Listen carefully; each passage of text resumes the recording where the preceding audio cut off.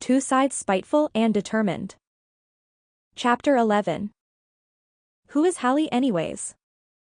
Beth stared deeply at this pale girl who looked like she hadn't eaten or brushed her hair in days. Her eyes showcased defeat and betrayal.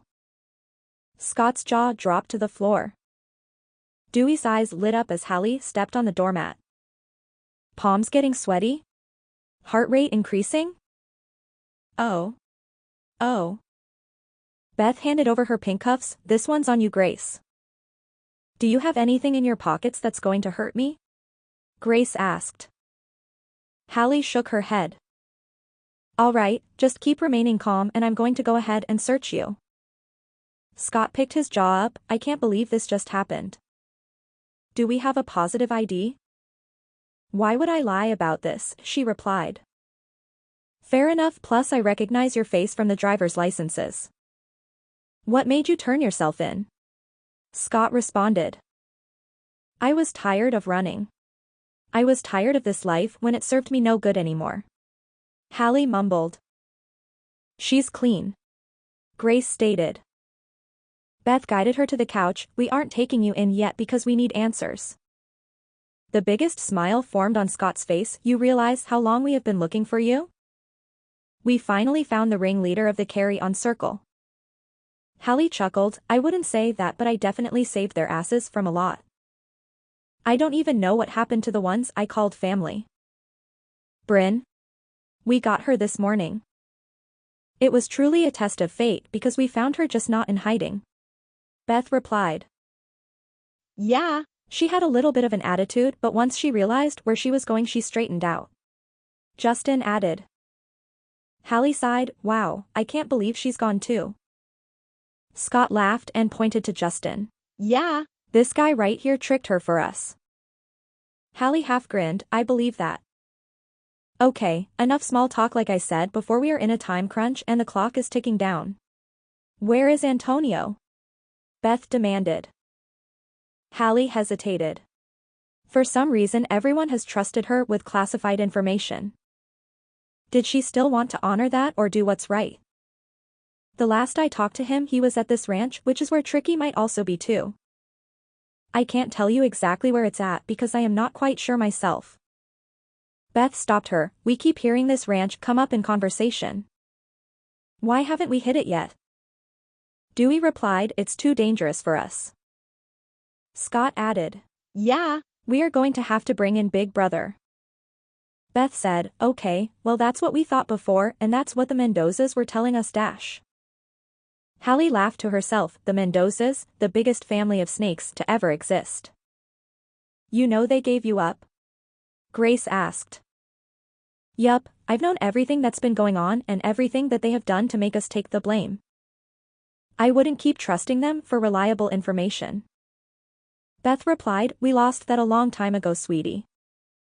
I think what Hallie is trying to get at here is what if they were just telling us that so it keeps us away or delays us from hitting that address. Hallie nodded. Have you heard what's happened recently? Scott asked. She shook her head. No sir, I just parted ways with everybody before the sun even came up today. Like we said before, Bryn got caught this morning, but shortly after we dropped her off Justin revealed something to us. Quickly after we were able to put Marcos in jail for identity theft. Scott explained. So Gabriel is all on his own? Hallie asked. He won't survive if he is. We are hoping the pressure gets to him. You were saying though that you are clean from drugs? Scott answered. Hallie nodded. If I piss test you right now you swear it'll come back negative. That's fine, I haven't had anything to hide yet. Unless cigarettes will show up.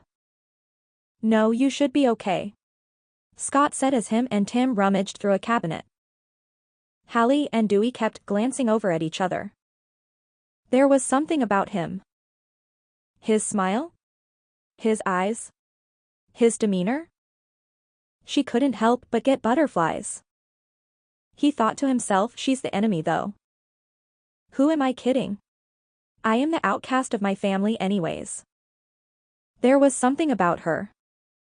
Maybe it was the honesty, but she also was just so pretty. I'm seeing her at her worst, Imagine how amazing she is at her best. Justin asked, why would you want to become a god-awful person though? Hey, man, chill out. Dewey chimed in. Bro, she's a fugitive sitting in handcuffs right now. Justin argued. Yeah, But she isn't putting up a fight. Not all of them can be bad. If anything, most fugitives just need help. Hallie spoke up, he's right. You don't know us. We aren't all bad. Scott threw the test on the couch, here. Grace will supervise. Beth whispered, what are we going to do? She isn't innocent, but she isn't guilty. Justin raised an eyebrow, she is guilty on many charges. Identity theft, money laundering, check fraud, running when wanted? Dude, Dewey replied. No, I don't want to hear it. She could just be playing us. I mean, look at everything she was able to accomplish. Justin argued again. Yeah, Justin is right. She has done nothing to make us trust her. Quit having a heart for once, Damien, and focus on your job. Scott snarked. I know we don't normally do this, but what if we put her on bond with us? Out of everyone, she seems to deserve it the most. Plus, if she's on bond with us, there is no way in hell she is going to jump. It is up to Tim and Felcia. Beth explained. Scott chimed in, we still have to take her to jail though. At least until we catch Antonio. Scott joked, man, she's super smart, she would be great to have on our team. Dewey threw his arms up and sat down in a chair in one of the corners. Test is negative. Grace called from the other room. Beth looked at each person, well. Dewey mumbled. Rage filled in Scott's voice, Damien Dontal right team, I think it's time to wrap things up here.